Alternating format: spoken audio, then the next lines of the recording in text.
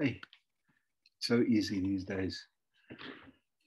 Right, Matthews, I thank you very much for being here, for providing your time this evening for a short discussion on environmental matters which impacts on your community and which you have specific involvement with over several decades. I remember the first time.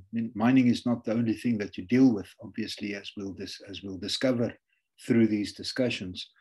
But I remember the first time that I met you. I think it was back in 2003, and we were organizing a campaign against the expansion of the Sapinong-Gondwana mill. And somehow we were in contact, and you said, no, you can assist, and you wanted to be involved. And I remember we met at the Sapinong-Gondwana mill, and you had a whole lot of people with you. They were all well informed on the issue, and it was so nice to feel that cohesion amongst us. And I felt that ever since I've known you, I know that we fight a sort of a common battle. And I thank you for that, for being persistent in your activism always, you know. A couple of sterling people like yourself. So I want to ask you to give an introduction to yourself. You can talk about where you were born. You can talk about, you know, your how you grew up, where you grew up, and what brought you to this space in your life. Thanks, Matthews. Thanks, Comrade Philip, and to colleagues who are here this evening. And it is an opportunity for me to share. I was born in Witbank, now called Emalahleni, which is in Mpumalanga, in 1970.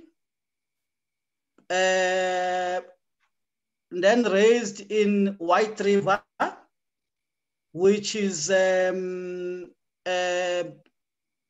area between White River and Hazyview. So in a place called Echochocho, which was basically the Bantustan, regarded as game, because it was basically a place where the Gangwane government was given authority over. But then I was raised there until the age of 9, of which I came back to Witbank in 1979 and started attending school.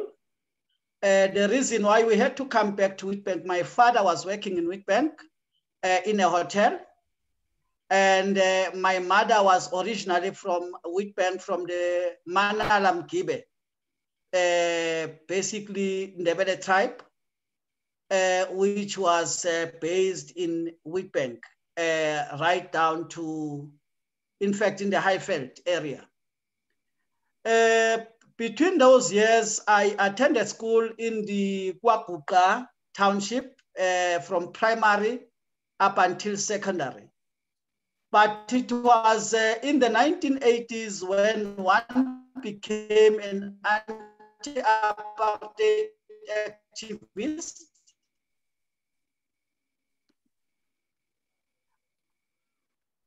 Where I started people talking about sense about this isipobozo. Isipobozo is basically what we could call a sinkhole.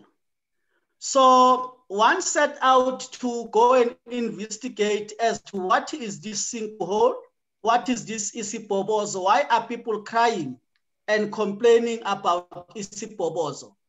That led me to actually start organizing a small group of students, which isipobozo were basically a result of old mines. And this isipobozo was now burning from underground and releasing hot water, which was very acidic. And most community members didn't have any knowledge about the impact of this hot water. So we set to actually investigate further. And that was actually my growth into this environmental activism, because after discovering this isibobozo, how dangerous it was, then one had to actually come up with ways in which we could raise awareness, not only about Matthews, sorry to interrupt, yes. but at what age was this? That was between the age of I think I was in my early like teenage. I was plus minus 18, 16, okay. 18. And then I grew up with that knowledge, and then came in a deeper understanding of this acidic water, which turned out to be acid mine drainage. And we had to continue raising awareness. And then we came to also understand that these sinkholes were not actually located in the white residential areas, but they were located where mostly the Black communities were residing, where the formerly, we had in terms of the apartheid pyramid, we had the whites on top, but the whites were sitting in the eastern side of Witbank, and the blacks, the Indians and the coloreds were located on the western side of Witbank. And that's where most of these sinkholes and the burning fires and the acid mine drainage was actually coming from. So this led to the formation of the SHRC in 1986, sure. Which then started focusing on issues of environmental justice, environmental and social justice, and with the focus that related this to issues of environmental racism. So that was basically the growth and the start of the SHRC. And from that time, knowledge about mining activities started to grow, knowledge and passion and the spirit to engage and mobilize started to grow. So this is the Matthews that actually symbolically became an activist, influenced by the material conditions that were actually experienced by many South Africans, as they still continue to experience South Africans that are located in the mining towns. So the SHRC itself, as it was growing, it had several meetings of especially young people at that time, and it grew and attracted many. Several workshops were held until the SHRC became part of the Environmental Justice Network, EJNF, and it became an active participant in the foundation of EJNF in Mpumalanga. And it kept on championing issues of mining. At that particular time, most organizations within EJNF were focusing on issues of equality. They were focusing on issues of waste management and water. So we came with an angle of mining. And unfortunately, not many organizations during that time were focusing on mining-related environmental injustices. So that's where we actually we came from. And today, we are still continuing with the work, advocacy, awareness, community mobilization. We are part of a broader movement. And as you will actually understand, where there's mining, the damage is not only on the ecosystem, but there are also socio-economic issues that are related to that. Mining is uprooting communities, is actually creating dependency. There's then the increase of unemployment. On that basis, we view mining not as a contributor to the economic development of the country, but we view mining as sharpening dependency. We view mining as contributing to unemployment in this country. We are therefore there, part of the assembly of the unemployed, simply because the majority of the people in most of the mining affected communities are unemployed, are disparate, are forced to actually beg for survival. So that is why we are part. But we are not only part of that. We are part of the 1 million climate jobs, because alternatives must be sought. So we see the 1 million climate jobs as a focus point, as a point that advances the program that is calling for paradigm shift towards renewable energy, towards sustainability, towards agroecology. That's all why the SAGRC is actually part. Just transition is so important for us. That is why we are also able to engage with trade unions. We have had a history of working with trade unions, particularly NUM. We are now working with a range of other trade unions within COSATU and within SAFTU. So that's the SAGRC. Basically, that is me. I'm basically a student, a servant, and more than anything, responding to many calls from community organizations. So in the province where we are, Comrade Philip and comrades, we are faced with mining. And in this province, it is the province that is holding 46% of the most irrigable soils in South Africa.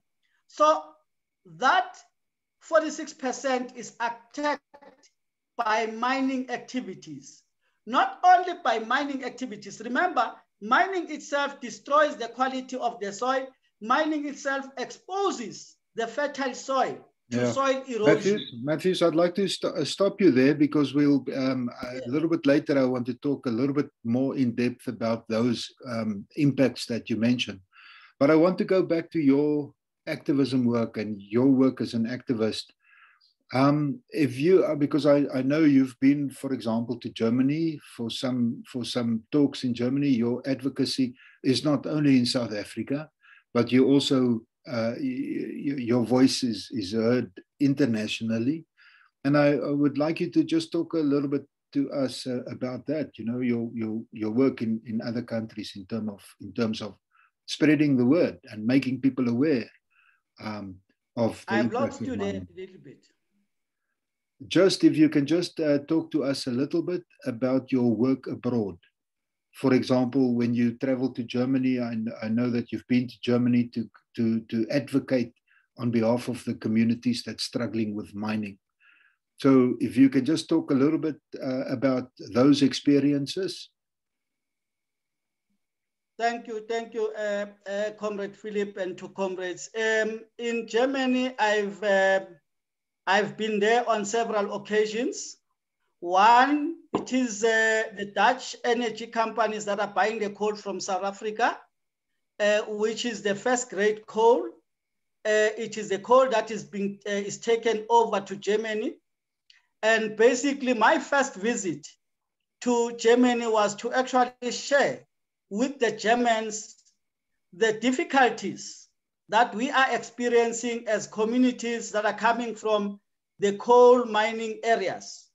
To say that the coal that they're actually consuming in Germany, the good life that they have in Germany and all over Europe, it is not the same. In South Africa, in eMalahleni, the life that they have is actually contributing to the death due to the sickness of many people around eMalahleni. So I've been there through the Heinrich Böll Foundation. I've been there through, when I was there through the Heinrich Böll Foundation, I made intact several other organizations in Germany. And it was also part of sharing our experiences and also learning from the Germans. And the second time I went to Germany was to actually share with the Germans the experience that we have, but also to call upon them to stop, buying and importing coal from South Africa, because have that they done importation. That? Have they stopped? Pardon? Have they stopped importing coal or not yet? I will come back to that. So when we called upon them to stop importing this coal, we had to share with them, because it was a high-level panel with the German energy ministers, the directors of the different energy producers in Germany. So we had several platforms with the Germans. That was through, an organization called Both Ends, which is actually organizing the political cafes. And then the third engagement with the Germans was when I went to them through the program that was actually focusing on the two power stations, Kusile and Medupi, to actually call upon the Apex banks to stop financing these projects, because these projects have actually bypassed communities, they've resettled communities, they are causing sufferings. And this is what contributed to the Apex Bank actually pulling out from funding the ESCOM projects. So that was part. But let me also indicate that I also had an opportunity to address the UNDP, in which it was, again, their business section, where all these international environmental managers and CEOs from the different companies were sitting. This conference took place in Salzburg, Austria, organized by UNDP. I had the opportunity to go and actually voice out our concerns. And unfortunately, I happened to be the only person that came from civil society, but I pursued and kept on calling. So this is part of the work, not only in Germany. I can also point to the fact that I had an opportunity to be in the USA, to be in Latin America, always advocating and calling upon the international community to stop focusing and relying on coal-fired energy. Matthews, can I just stop you for a moment and say that sometimes you're breaking up a little bit, and that's the stuff that you're saying is so interesting that I don't want that to happen. And I think I'm going to ask you, you're welcome to put off your video, then we can just hear your voice, and I'm going to do the same with mine. Then we can save also a little bit on the data. Stop video. Okay, yeah, sure. Yeah, that's great to have that opportunity to do that advocacy work all around the globe, and I thank you for that as somebody who's concerned about mining and about coal. But we're going to have a discussion about coal and alternatives. What are the alternatives in a while. But I just want to return to the work that you do on an international scale, and ask you about the networks that you work with internationally, and the different coalitions around mining impacts. Thank you, Comrade Philip. In as far as the networks are concerned, I've worked and we continue to interact with the Indigenous Environmental Network, which is based in the US, AIMS, African Initiative on Mining, Environment and Society, coordinated by Third World Network. I was part of the founding members. Yeah. I'm continuing to work with Timberwatch Canada. Not Timberwatch, Mining Watch Canada. We are interacting with them together with a range of other organizations. But I must also say that for some years now, we have been part of the People's Dialogue, which is linking up communities in the South, particularly South Africa, Southern Africa and the Brazilians. We have been working with them.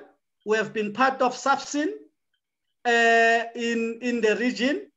And yes, those are amongst the key networks that we work.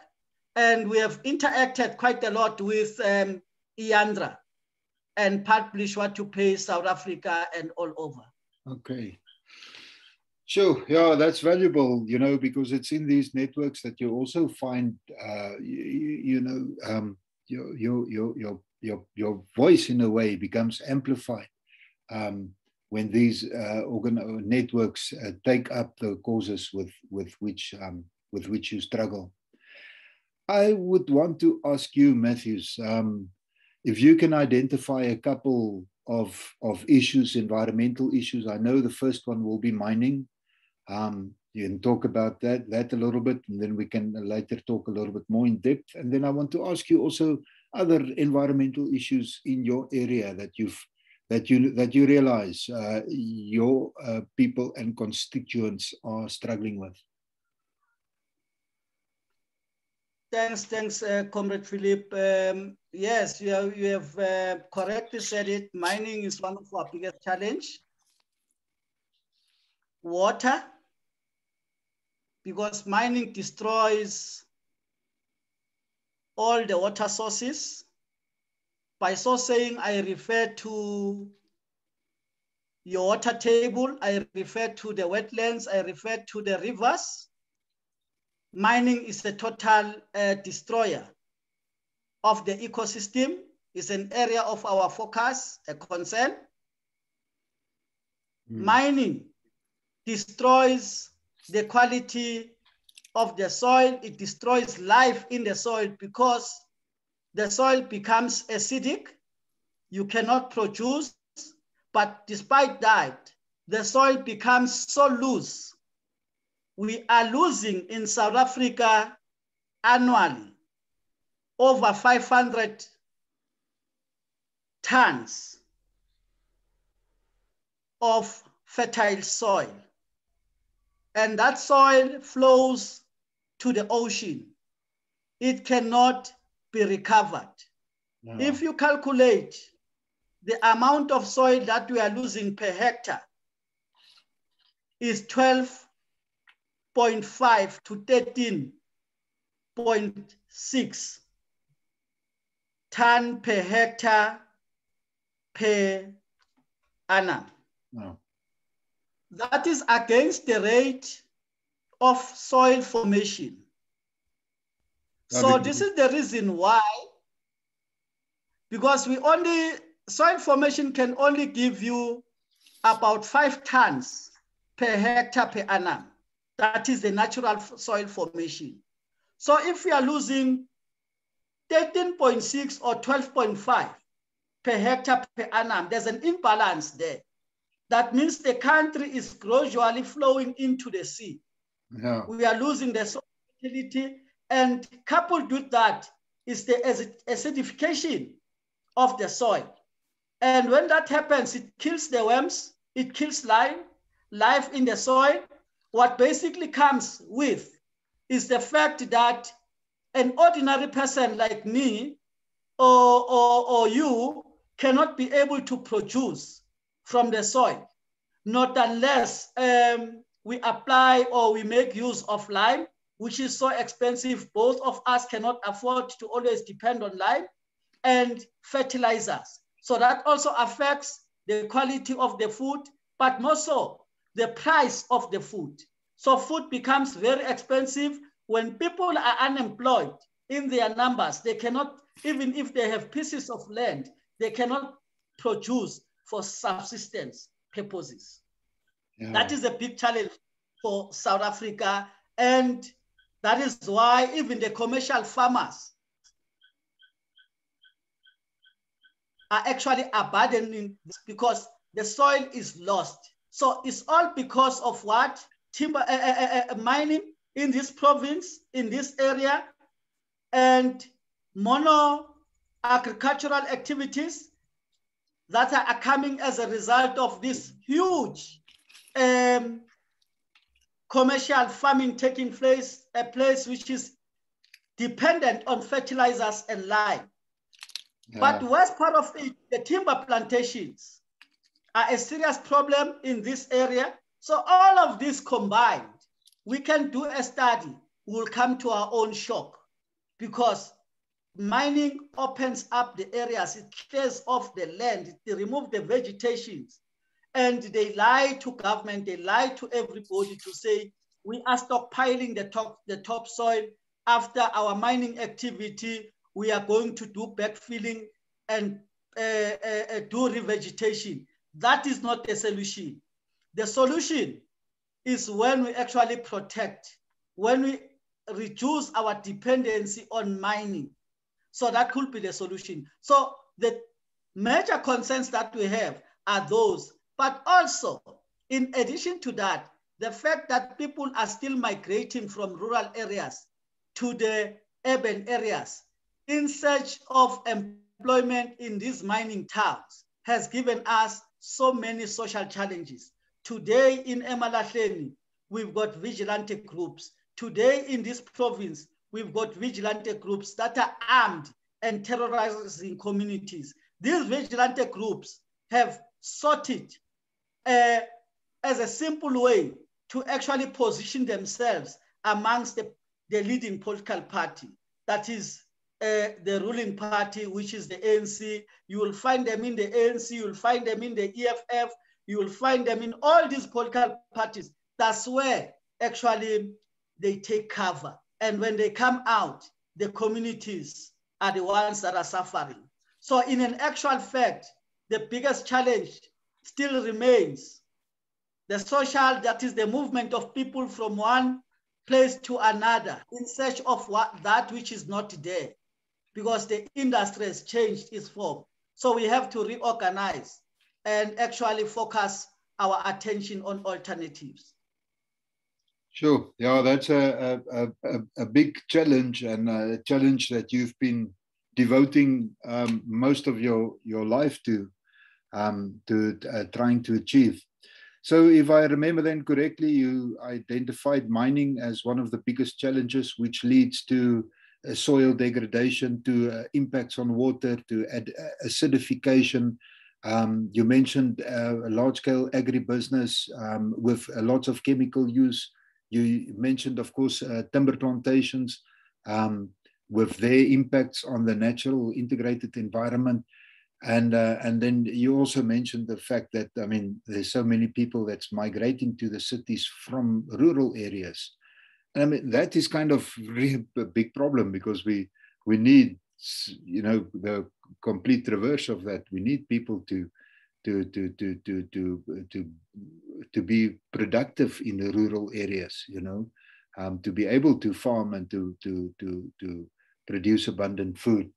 But when it with mining, I mean, I'm sure you've come across this issue a lot, where there's people in the community who says mining is good, mining is necessary, mining brings money into the community, and there's some like locally here, there's this mine close to Nelspruit, the old gold mine. In the past, it used to produce, I don't know how much gold, but there's 3 massive mine dumps. So, and that's a problem. I mean, what do you do with 3 massive mine dumps? They're not rehabilitated. They're not lined. They're full of dangerous minerals and metals and chemicals and arsenic and cyanide, and I mean, it's terrible. And of course, that dust, as the wind blows, it's being distributed through this environment. How do you fix that? Nobody's going to come and just clean it up, you know. So there's mining companies, of course, coming to say, yeah, but they can fix it, but they need to mine it then, because there's still a lot of gold in those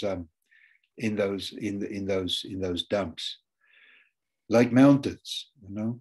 But always, of course, when they start with mining activity, there's more dust, there's the use of water, there's the possibility of further intrusion into the mountain, you know, once they've finished with all the the metal in the dumps.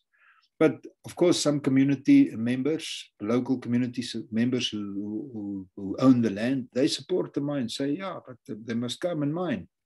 Whereas other people are afraid of the environmental damage that we can already see accompanies these gold mines. And they are afraid that that will be compounded. And I mean, of course, it works also directly against more sustainable job opportunities like agroecology. You know, there's a lot of that, people farming there, and that, you know, that puts money on the table almost immediately. Whereas mining, of course, there might be people that gets a job for 10 years or even 20 years, but I mean, then when the mine is finished, there's just degradation. But how do you deal with that? With some of the members in the community being very pro-mining, and even from the government levels being pro-mining and saying, but mining, it brings jobs and opportunities. Whereas then you've got from the environmental side to say, hey, but we have to slow down. We cannot have this massive impact anymore. How do you deal with those situations? Those, I always regard them as victims of the colonial education system. Remember that it is the education system, we all grew up being taught a particular kind of thinking. We have been given that, we have been indoctrinated, in other words, to believe that certain things we cannot do without. So the colonial education system cemented in many people the belief that mining is the only way. And coupled with that is the monopoly over the media, because the media is always focused on promoting a particular kind of a development pattern, which centers around mining activities. The industry itself, the mining companies, have got various agencies that are doing that through many forms. And I came across recently an indication of how these agencies are playing their role in terms of shaping the type of thinking within our communities, particularly targeting the youth. That is why it's so important for us to actually put more efforts, more resources towards ensuring that we come up with, you know, whether we call it popular education is fine, but we need some kind of education that will actually liberate our people from this colonial system. That is why even the Fees Must Fall has been calling for, you know, the decolonization of this education system. All we think all people live is a colonial type, the beliefs. People can actually destroy their heritage simply because of this education system, the media, your TV, your radio, all of this. And sometimes if you actually zoom deeply into these people who are actually advocating for mining in our communities, you may find that the industry itself is actually benefiting from that. Because these people that are calling for that, for mining in our communities, are the ones that are organized in the form of vigilante groups, are the ones that are armed, and are the ones that are totally calling for lawlessness. So this is the kind of a situation that we have in this country. But we should not actually lose hope. We need to continue, Comrade Philip, to say that we are going to reach out to the communities where they are, because the mining industry does not leave anyone in peace. It destroys everything. It creates certain conditions. We need to sharpen those contradictions so that the people can actually stand up and be on our side. Unfortunately, the industry has got resources more than we do. Thank you. Yeah. No, you are right. We're struggling against a huge odds, you know, but I'm thinking from, I mean, we, and I'm sure you see, when I put my video on again, you'll see I'm wearing my SHGRC t-shirt that I got from you some time ago. But I want to, I mean, because our society is dependent on a lot of things, because we're so many people, you know. So that also makes it a struggle, because it's really difficult to return to a kind of a way where more people are making small scale food gardens, and that's possible. That is what we're striving for. But it would be unrealistic, of course, to say there's no mining. And that's not what you or we are advocating, because I mean, some mining is necessary, I think, and if you want to disagree, of course, you're welcome. But we need, and I think mining has always been part of the human system, hasn't it? I mean, and even here in Africa, you know, people have been mining for probably, you know, hundreds of thousands of years, and utilizing some of that which the earth can give us. But now there's this total overexploitation, you know, and you mentioned before where the coal, I mean, how much percentage of our coal is being exported really to fulfill the needs, the overconsumption of others. There's some mining, for instance, gold mining. I mean, gold, is it really, really necessary? It's beautiful, but is it necessary, you know? But of course, some things in our kind of society are dependent on the way that we have become used to it. And yes, we have to go back, and we have to utilize, you know, indigenous knowledge systems and small scale food gardening, but we also want to use the internet, and we want to communicate, you know. So that balance, I think, is quite important. What's your reflection on that? Thanks, Comrade Philip. You see, many years ago, there wasn't this kind of consumerism which is actually dominating today. Many years ago, there wasn't an issue of one person owning 4 cars or 7 cell phones.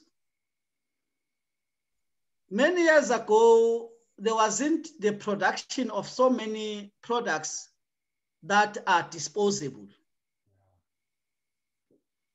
So if you look at what actually drives the need for more mining activities, is the level of consumerism, is the need to produce things that are not durable, things that are not relevant to sustaining life, the plastic toys, the disposable cars. So all what I'm arguing is that we've got to reduce our levels of consumerism. We've got to actually change the way we live. Our lifestyles must change, because really some of the things, you know, I always say, we see them as ornaments. They look beautiful, but those are the real chains of our oppression. Yeah. They've chained us to our suffering. The people in majority are suffering from sinuses. People are dying of hunger. It's not because we can't produce healthy food. It's simply because of our lifestyle. It's a lifestyle that promotes development. It's a lifestyle that promotes individualism. It's a lifestyle that promotes ignorance. It's a lifestyle that seeks to promote competition amongst ourselves to a point of eliminating each other. So we've got to change the lifestyle. And unfortunately, that won't come through some spiritual form. Idealism won't help us. We've got to be practical in terms of changing our lifestyle. We must begin to practice what we preach. Unfortunately, it may seem like we are a drop in the ocean, but in reality, as long as we as activists are found to be at the center of talking about sustainability, about an eco-justice and so forth, but yes, yet practically, we live a life of consumerism. We live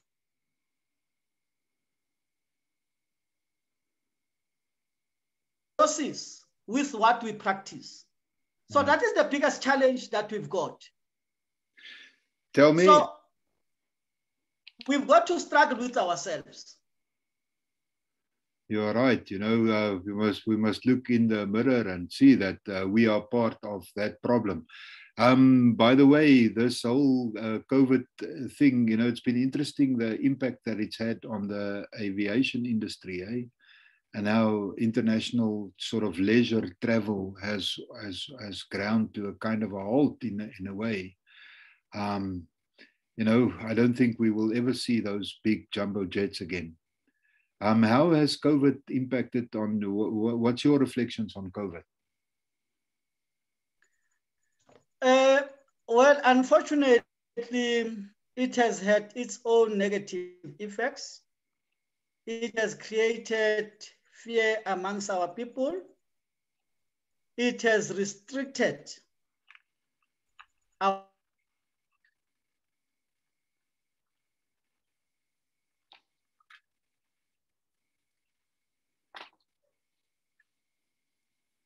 Matthews, you've disappeared there for a bit.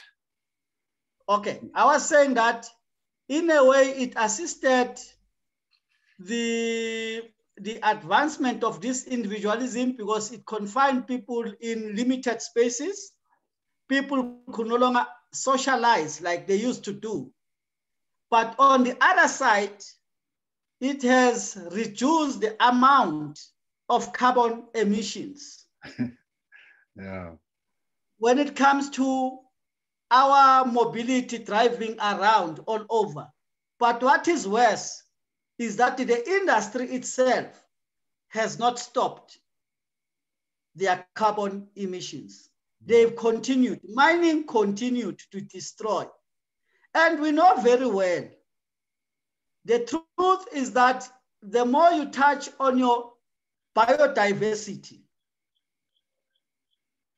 if you actually affect your biodiversity, you kill the ecosystem. Such diseases are bound to actually emerge because viruses are always there. If you look at the extent of mining when they do blasting, it is more likely that even important animals that we can see with our eyes and those that we cannot see with our naked eyes, the plants that we cannot see with our naked eyes and those that we can see with our naked eyes are actually disappearing. So that will actually expose the viruses. Yeah. And where will they flow to? Because the ecosystem that used to protect us has been taken away. And we can go to church, pray as much as we can. We can all become traditional leaders. Go to the graves, talk to our ancestors. We can be whatever. These viruses are going to be there.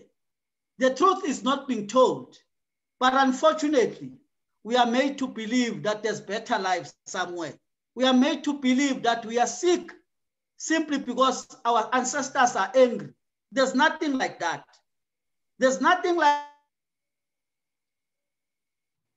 the anger of God upon us. That people are lying. The truth be told, the ecosystem can no longer protect us. The ecosystem has been destroyed. All that which has been placed there by nature to save us is gone. Yeah. Yeah, I agree to say that, I mean, in the integrated environment, that's where there's resilience, and that's what we need. I mean, the ecosystem services, that's what people need for our own survival and our own, well-being.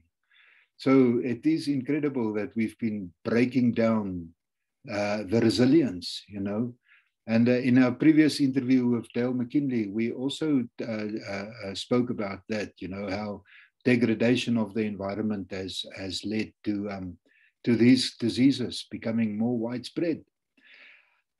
Yeah, so I just before I go continue to talk, I'd like us to talk a little bit about the impact of the timber plantations. But before that, I just want to talk to you about this issue of energy. I mean, you live in an area that's heavily affected by coal mining, and I would like to know, and of course, much of the power generation for our region takes place in close to where you live. Well, I suppose what I want to find out is the coal that's being produced in that area. How much of that is for feeding our power stations, for power that at the moment we need, and how much of that is being exported to fulfill the needs of others in other continents? Do you know? Thanks, Comrade Philip. I think we've got to be very honest with the subject. About 80% of the first grade coal gets to be exported. And 100% of the lower grade coal, which is actually emitting dangerous gases, remains in the country and is used by the power stations.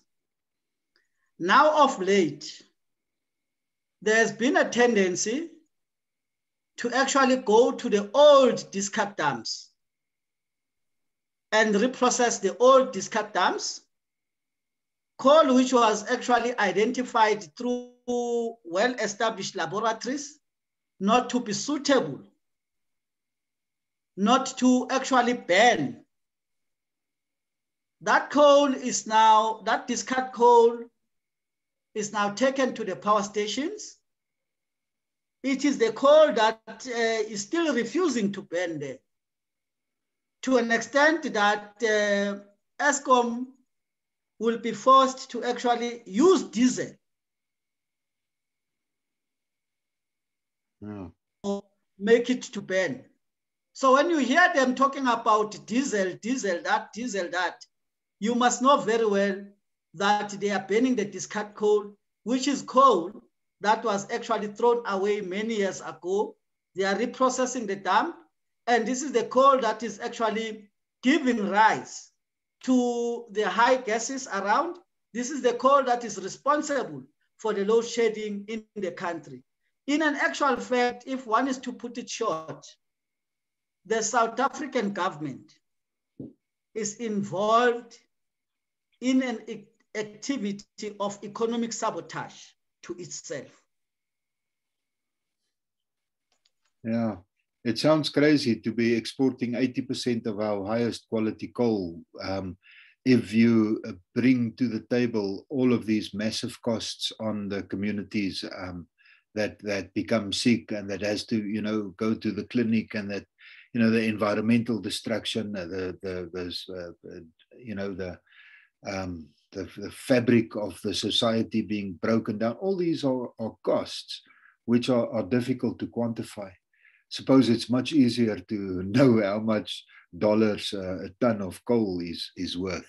And it's a pity that it is like that.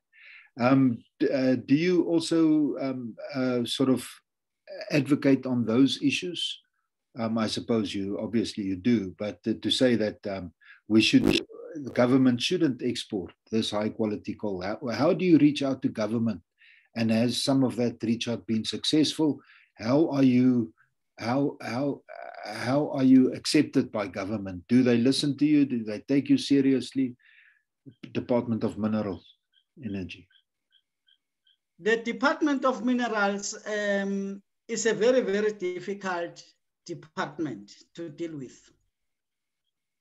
It is a department that was created to actually promote mining.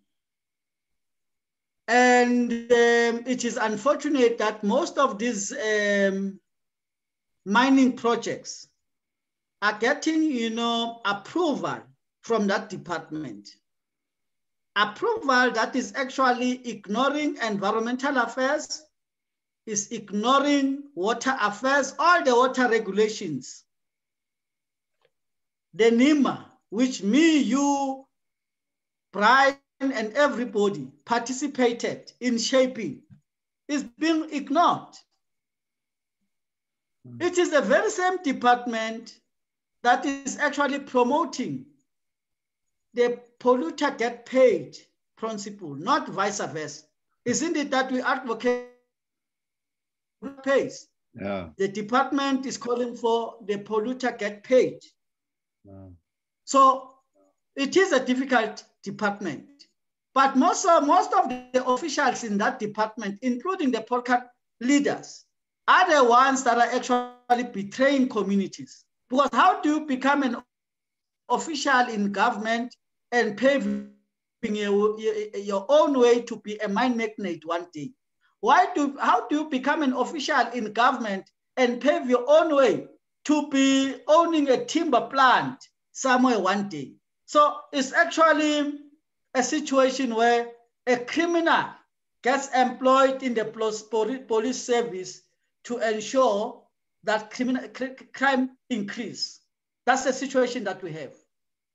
We have government officials, yes, we used to have the good ones, but why most of them today are in the mining industry? But I think that is like a global trend, where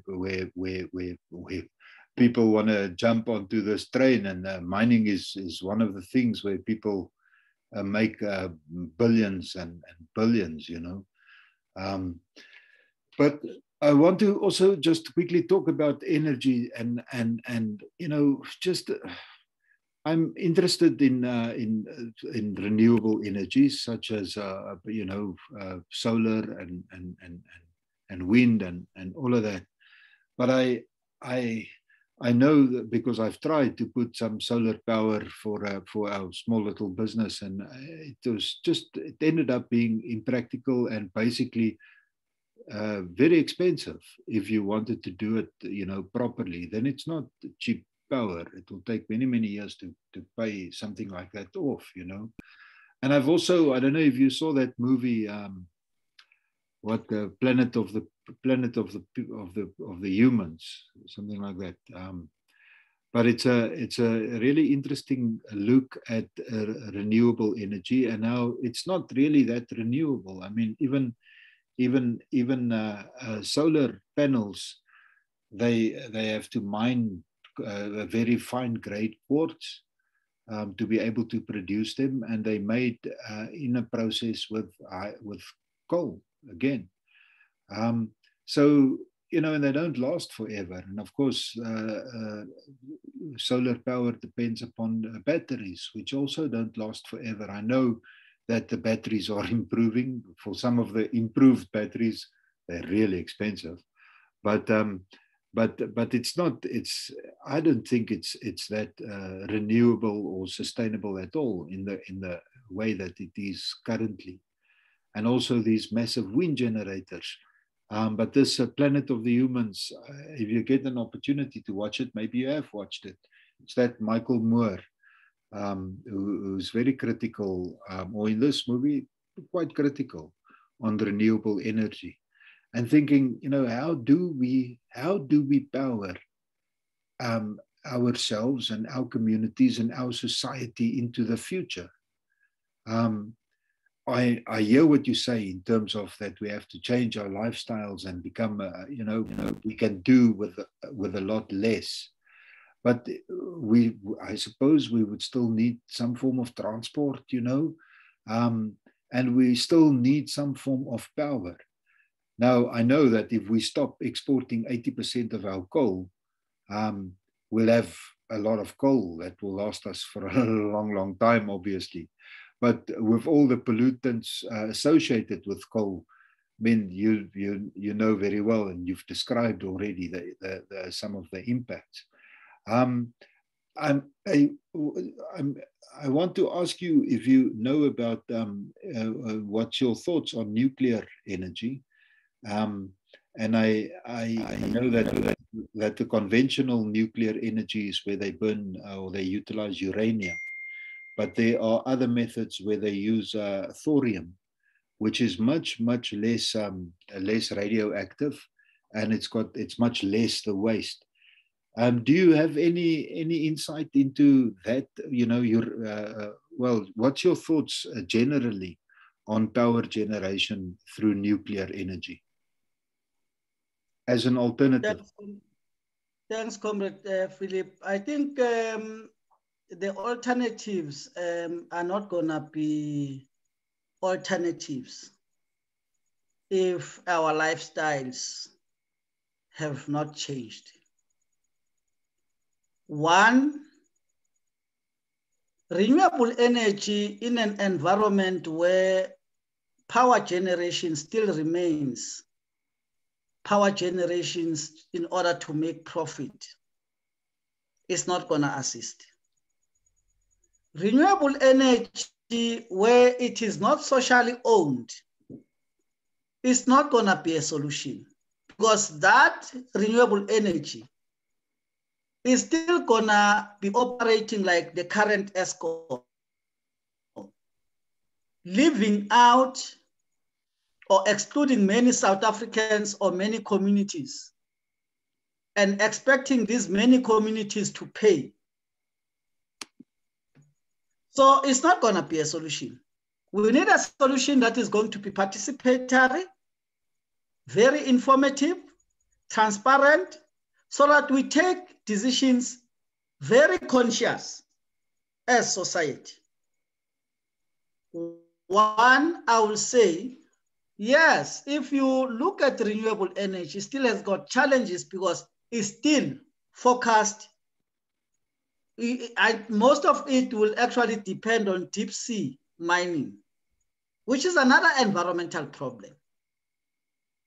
Most of it will still actually, like your wind turbines, will still have impact on your beds. Yeah, and we actually move. Pardon? No, I'm thinking about the burning of biomass. But there's some ideas and some plantations that's planted just to supply wood for burning for energy. Again in the north.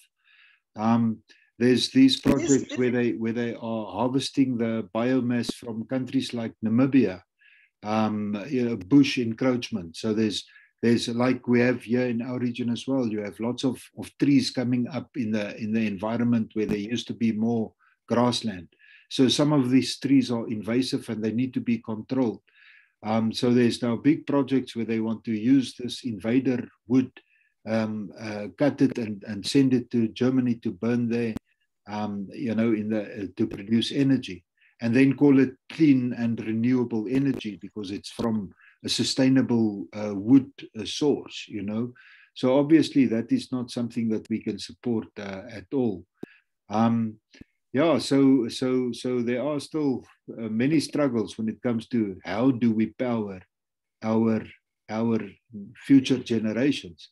Again, I hear what you're saying, that we need to change our lifestyles, consume much less, but don't you think that there will also always be some need for some, integrated power grid?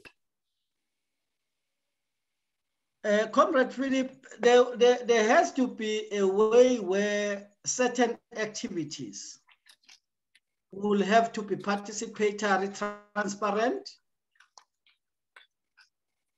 and enter a cause where they're justifiable. But when you have a situation where you actually go for monocultural, timber plantation with the aim of, using them for your power generation and so forth, you will actually create a huge problem still.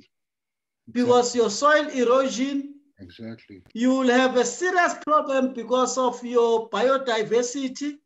You will be losing life to replace, you replace basically a biodiversity with monocultural timber plantation. It's not a solution. Not at all. At the same time, if the country is still not energy efficient, if our lights are still on during the course of the day, especially in these heavy industries, if we cannot manage this electricity in a good way, this energy in a good way, we'll still be forced. If we say we switch to this type of nuclear energy because 1, 2, 3, the demand keeps on increasing. Therefore, the waste will increase. So what we have to do is to actually not invest in the shortcut. Let's put our head deep and be creative in coming up with alternatives, but such alternatives must a kind of energy efficient society. Yeah. So with that, we can say we have arrived at a certain destination. But as long as during the course of the day, 24/7, our TVs, our aircons, our houses, the way they are designed, they require more electricity in winter. They require more electricity in summer because in winter, they are too cold. In summer, they are too hot.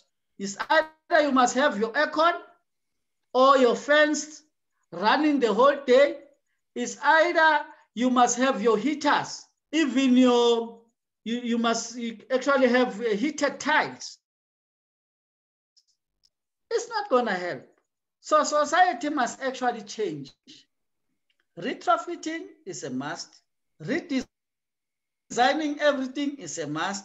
Do we need to have electricity running in the schools the whole night, in the soccer field the whole night, in the freeways? Why is this electricity in the freeways? If you go to Johannesburg, for instance, I've experienced in Germany where they've tried, their mast lights are informed by a sensor to turn on. The moment you move, when you have passed, it switches off. Why not in South Africa? Yeah. Yeah, but I mean, there's really interesting technology out there. For example, a light for the freeways and for roads that can be, it's produced by vibrations of cars. So that those cars driving past, of course, there's energy that's being created all the time, and they can use that energy to power small LED lights to light up the road. So I think in future we will see really, really interesting technologies emerging. But those technologies, they come at a massive price again, to our environment. And I hope that retrofitting, we recently had a workshop where we produced hot water from making a good compost heap and coiling a pipe inside the compost heap, so cold water come in. The compost heap becomes so hot that the water comes in the one side, and about 60 meters of piping inside the compost, it comes out hot on the other side. So that's hot water basically for free. Because you need to make a good solid compost heap, but it gives hot water day and night, winter, summer, doesn't matter if there's sun shining or if it's raining, it always gives hot water. And the other thing that we made was a kind of a refrigerator from charcoal. I'm sure you've seen that, because they can also make it with coal, where you make a kind of a box, and the box have got in the frame of the box you put charcoal or coal, and you just need to keep that a little bit moist, and you can use grey water for that, to just keep it moist. And that evaporation process, it requires heat energy. So inside that box it becomes super cool. So, and in the old days, many people had those kinds of systems. And those are things that is very valuable for communities who doesn't have access to energy or to a lot of resources, Can I ask you quickly to mention what you think is the way forward? How should we engage? What should we as civil society do as a priority?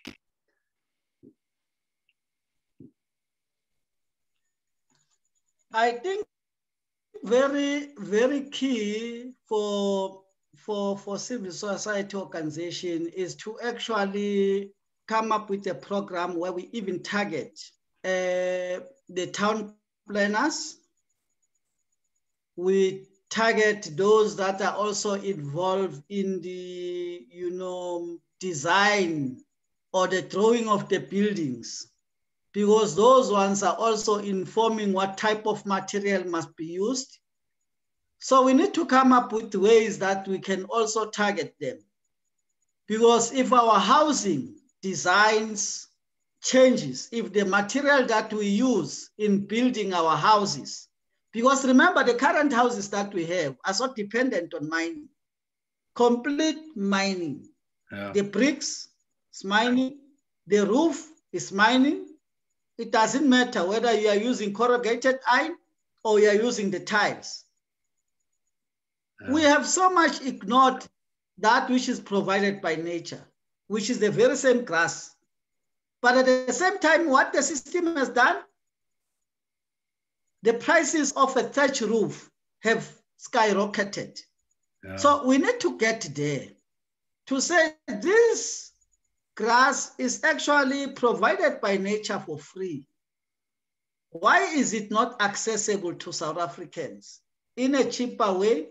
Why is it not a priority of the FET colleges to train people around doing what you call thatch roofing, so that it becomes a skill for everybody? Mm. Now what has happened is that the skill has actually, very few people are having that skill, and those that are still can do thatch roofing have been captured by the very same system to an extent that they work as workers somewhere. And for you to have a thatch roof, you'll pay a lot. Yeah. So it must be everybody's skill so that we change. Housing cannot be expensive if nature provides, but we cannot continue to promote mining. All these buildings we are building all over, it's all mining. And remember, it comes from the topsoil, what we call topsoil. Yeah. So over and above that which we lose to the sea is that which we actually cement and turn into rocks. Yeah. Sure. No, that's an interesting concept, and it's a really interesting sort of departure point, is to say look at our housing, because it does touch on a whole range of things. For example, traditional knowledge systems comes to play. There's opportunities there because for example, in teaching people to thatch houses. Because to like you say, that's a skill that is disappearing, and then to use the earth to build our houses, and thus to be able to build it cheaper, But then we have to, like you've said a couple of times in this interview already, that we need to scale down, you know, and change our lifestyles, so to speak. Okay, so that's one departure point is housing in terms of changing the way that we live. I'm also thinking of agriculture. You've also mentioned agriculture a little bit, and I'm intrigued by animals in agriculture. And I think that that is something that also needs to be brought back, you know, where people can use plows, for instance, to or oxen to plow their fields instead of using a tractor. But of course, then you have to employ, or you have to have more people self-employed in agriculture. But then, you know, agriculture could become more accessible if you don't have to try and purchase a big tractor, but you can train your ox to do the job for you. Of course, that could also then inspire lots and lots of job opportunities, and similar to the thatching issue, where in the old days people used to work often with animals in agriculture, and there was a lot of people employed in you know, in the whole trade around that, you know, like for instance the you know, the stuff that the animals need to be able to draw the plow. You know, there were people that had to make those things, and of course that's things that people made without this big industrial machine that pushes us at the moment. It was done before that time, you know. So I'm sure a measure of that must come into play. But of course, again, there is this problem that there's even 100 years ago, there were so much less people than what there are at the moment. And some might argue and say, we need this big industrial kind of style agriculture just to be able to feed everybody on the planet. And I'm talking now more about a global sense, you know, because of course a lot of our grains get exported, and sometimes we have to import grains. It's all interrelated. Do you think it's possible to withdraw from that kind of dependency on this big agribusiness model? Yes, I think it is possible, because the economy is supposed to be about our people. And there can be no economy, no food production, if the people are totally excluded and made to actually sit in a corner and observe, because that is basically unemployment. And this is one of the problems that we are actually facing. These machines must be rolled back, because one, they contribute to carbon emissions. Two, their only contribution is for mono agriculture. You know, this type of farming, which is not sustainable, which is actually leading to soil erosion. But apart from that, these machines are required to ensure that there's deep plowing. And when you do deep plowing, you actually release carbon into the atmosphere. Then you've got a huge challenge with climate change.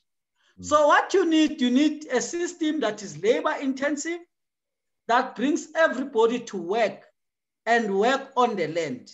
If people are not working on the land, there's no need to actually say you've got an economy. You don't have an economy, because it is not a participatory economy. It does not benefit anyone. It does not actually help to cultivate anyone's creativity. So we don't want to actually observe things happening. We want to be part of working on the land, not to be replaced with machines. So we need to look at that to say, how do we then readdress, you know, the whole system? How do we rechange and reshape things That calls for a paradigm shift. And we cannot say we are going to have a better life when people are unemployed, because once people are unemployed, therefore, you must actually roll out social grants. And these social grants themselves are not going to help when the food prices are going high. It happens that the one who produces the machine keeps on wanting to do or to make more profit. And the ones that must actually consume the food are the ones that must actually feed that machine. And the thirst, or rather, that thirst for more profit, it's supposed to come from the poor. So that's a huge challenge. We must actually rework the whole thing. Our towns must be redesigned. It's unfortunate that Comrade Philip and you, Comrade Brian, we live in a country that is said to be advanced, and yet it cannot produce a single bicycle.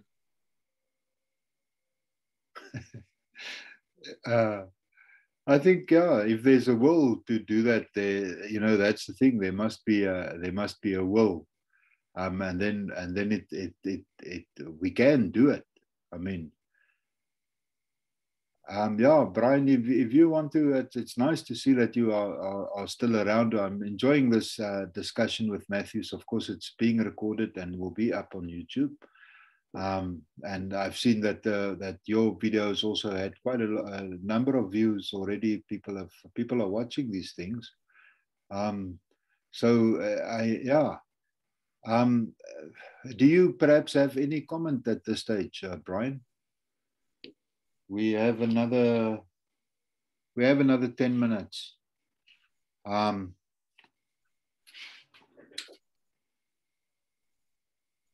Maybe Brian doesn't have his microphone plugged into his system. Matthews? Unmute. Philip, can you hear me? There he is. Hey, Brian. How's it, man? Good, and you? Yeah, I think Matthews has hit it right on the head about our consumption and changing the way we do things. And I think one of the big challenges that I've come across is we need to change our regulations. For instance, compressed or mud building with clay, and that unless it's fired in a factory, you can't use it in housing. But people have developed mud bricks or clay and natural bricks to be used in affordable housing. It's the Sustainability Institute, it's Stellenbosch.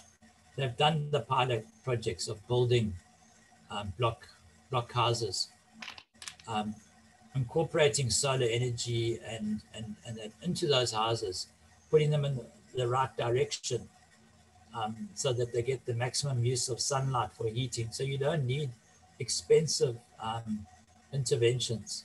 So I think that this is some of the things that can be done, and we should be doing more of. And I 100% agree with Matthews when it comes to the sustainability of issues. Yeah, and Brian, just before you continue, I want to say that people in this area have been using mud, a very interesting technique actually, where you use timber or any wood that's not timber from plantations, but any straight wood poles, and then with lats in between, and then you pack rocks in between those wooden lats, and then you use mud to plaster it. And I mean, those houses, they last for decades, and they're beautiful, they're cool, they're comfortable, they smell nice, and of course then with a thatched roof. But it's extremely comfortable and eco-friendly houses. And when the tenant or the guy that lives in the house moves on, and say the house becomes abandoned, it becomes a big compost heap. It just completely biodegrades. So yeah, that is the housing aspect is really interesting. And of course then, one should also look at transport. Are you still there? Yes. Are you still there, Matthews? Brian, do you have any more comments or a question maybe for Matthews? No, I think it's been great. I've enjoyed listening.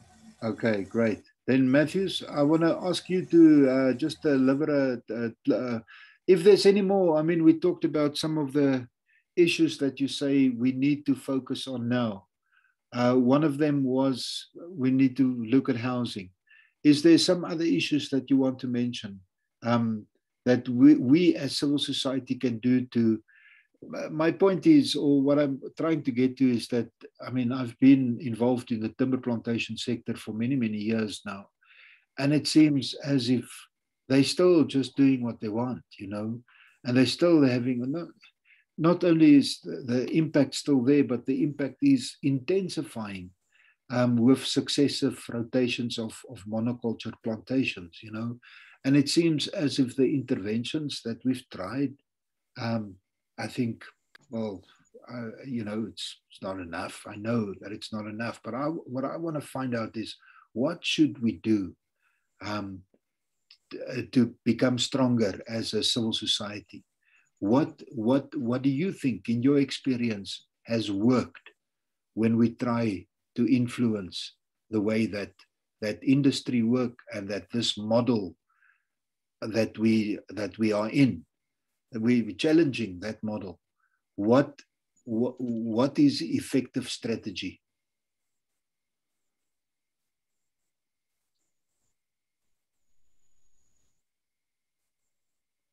Is Matthew still there? Are you there, Comrade Philip?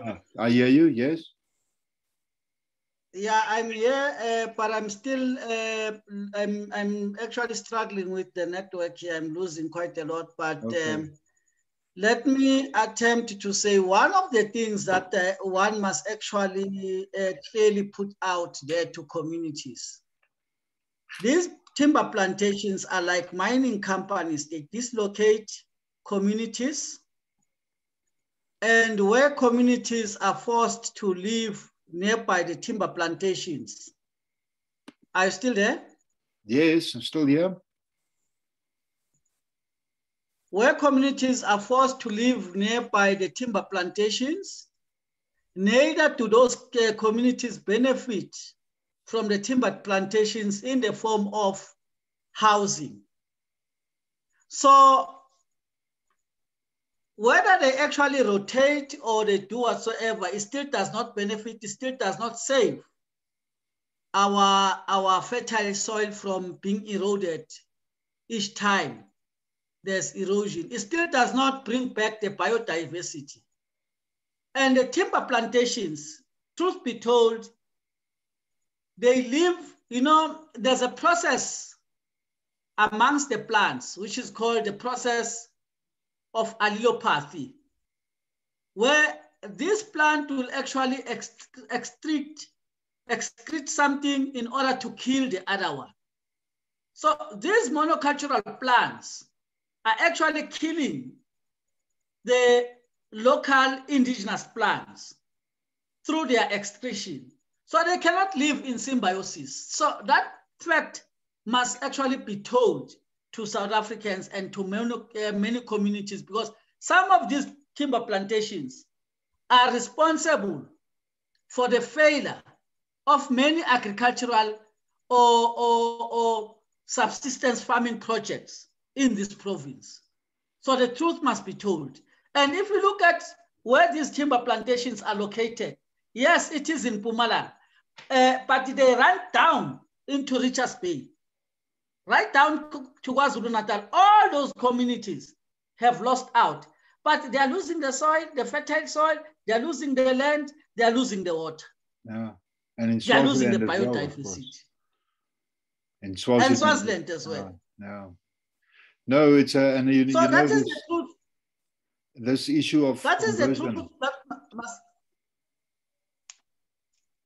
Yeah, no, I agree completely. Yes, this is the truth that must be. Matthews, I'm just reflecting on this changeover from pines to eucalypts, because you know that Sappi Nongotwana, they've now producing cellulose, And to produce cellulose, they need more Yes. eucalyptus plantations. So as they are removing some of their pine plantations or plantation compartments, they've been putting eucalyptus plantation compartments. And eucalyptus, they use even more water, you know, and it's a more intensive process. So it's not only that the soil, I mean, the soil, it's a major impact on the soil microorganisms and micro life, as you've explained, because, you know, as above, so below. So the diversity that you see above soil level, that can reflect the diversity that you see beneath soil level. So definitely the soil is being impoverished, and it's losing its energy.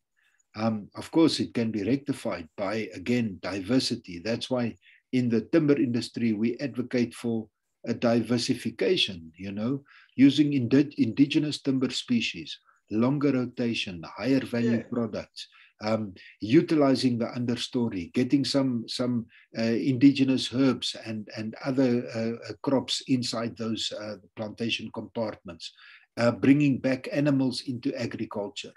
Those are, in the timber industry, things that will need to change. But at the moment, of course, they are all geared to pulping massive amounts of monoculture. They don't want diversity. Because of course that's against you know, their profit motive. It's much easier if all the trees are planted in massive rows. When we're at the end of our conversation, I would just like to quickly try, maybe I can do it right now. I just want to try and show you a short little video that old Isabel, one of the German volunteers, it's not even a minute, it's 50 seconds or something. But it's just, it was about mining the grasslands. And I want to see if I am able to share this video. So just give me one moment. Okay, I'm going to share my screen.